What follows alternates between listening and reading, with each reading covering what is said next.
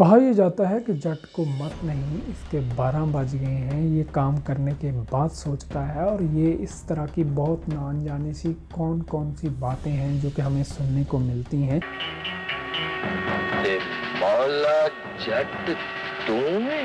اپنی لت اپنے ہتھی لا کے میرے پیروں میں چھوٹے ہوئے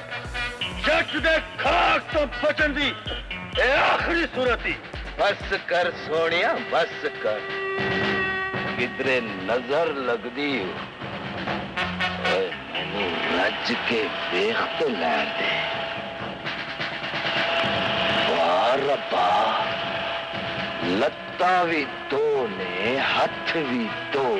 سر بھی ایک، اینے عام جسم بچتے وہ جرت آ ہی نہیں سکتی جیڑی لت نال ٹکرا سکے۔ تیری بدبختی صرف اینی نتا تو جٹ دا صرف نہ سنے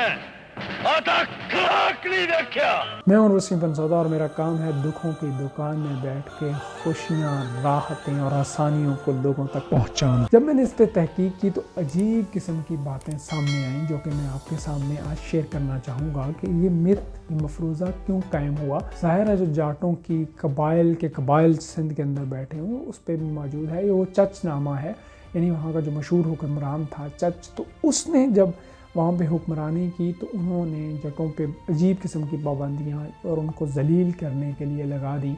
اور ان میں یہ تھا کہ یہ پاؤں میں جوتا نہیں پہنیں گے، سر پہ کپڑا نہیں لیں گے، گھوڑے کی ننگی پیٹھ پہ سوار ہو کے سفر کر سکتے ہیں، وغیرہ وغیرہ۔ اور اس کے بعد جو 20ویں صدی کے اندر تحریک چلی، جو بھگت سنگھ جو مشہور انقلابی تھا اس کے چچا نے چلائی، تو اس تحریک کا مشہور سلوگن تھا جٹا پگڑی سنبھال جٹا۔ تو یہ والی جو چیزیں تھیں، پھر یہ جتنے بھی مفتوحین آئے ہیں اس میں زیادہ تر مسلمان ہیں، لیکن ان جٹوں کا جو سب سے بڑا قصور تھا یہ تھا کہ انہوں نے ہر آنے والے ہمراہ آور پہ اس فاتح کے آگے یہ رکاوٹ بنے، جس کے نتیجے میں ظاہر محمد بن قاسم نے بھی بڑی تعداد میں اندر ان کو پکڑ کے حجاج بن یوسف کو بھیجا،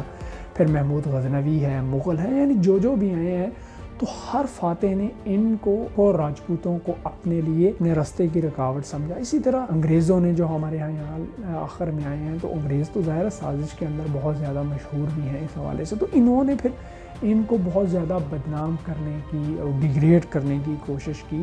حالانکہ اب آپ دیکھتے ہیں اس بڑی پوزیشنز پہ پر بھی موجود ہیں اور بڑی پوسٹوں پر بھی ہیں، اور ایک بہت ہی اچھے اور سینسٹیو وے کے اندر شاعر بھی ہیں، ادیب بھی ہیں، ہر جگہ موجود ہیں۔ تو ہمارا فخر تو وہی ہے نا سارا کہ ہم اللہ کے نبی صلی اللہ علیہ وسلم کے امتی ہیں۔ تو یہ قومیں، قبیلیں جو ہیں یہ صرف پہچان کے لیے ہیں، اس کے علاوہ تو کچھ بھی نہیں ہے۔ جو ہماری کاسٹ ہے پنسوتا، تو اس کے جو بابا مہتا سنگھ تھے جو سب سے پہلے مسلمان ہوئے، پھر ان کو بابا مٹھا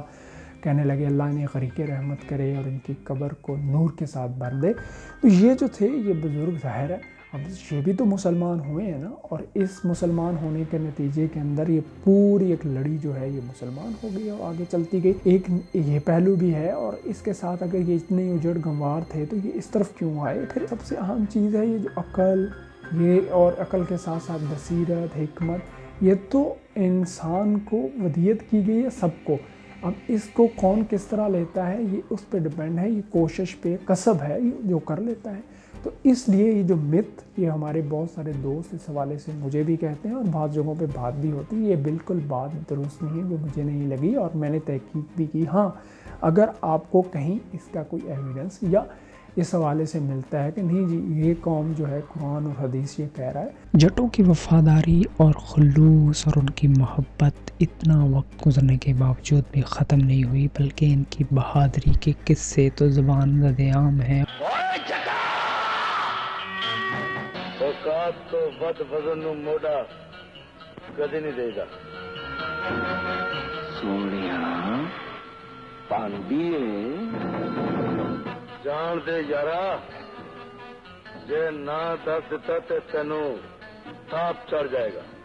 گج دے بڑے نے پر بس دا کوئی نہیں۔ اور ان کی بہادری تو ضد کی مانند مشہور ہے، لیکن آپ ان کی بہادری کو صرف یہیں سے دیکھ لیجئے کہ بھینس جیسے جنگلی جانور کو آج انہوں نے سدھا کر لوگوں کے گھروں میں باندھ کر اور اس کو مفید ترین بنا دیا ہے، اور اس بھینس اور گائے کے ساتھ ان کی محبت ضرب المثل ہے، اور اس کے بارے میں جتنا یہ جانتے ہیں شاید ہی کوئی اور جانتا ہو، لیکن ان کی اسی وفا اور خلوص کو سامراج نے اور دیگر طاقتوں نے استعمال بھی کیا، لیکن سب کے باوجود اور جدید ہوتی ہوئی دنیا کے ساتھ ساتھ بھی ان کی ملنے اور چاہت، مٹھاس اور لوگوں کے ساتھ وفا کا معاملہ بالکل ذرا برابر کم نہیں ہوا۔ میں تو کوئی مفتی اور عالم نہیں ہوں، لیکن اس سب کے باوجود جو ہمارے سامنے ظاہری چیز آ رہی ہے تحقیق کے نتیجے میں، علم کے نتیجے میں، تو ایسی کوئی چیز نہیں ہے،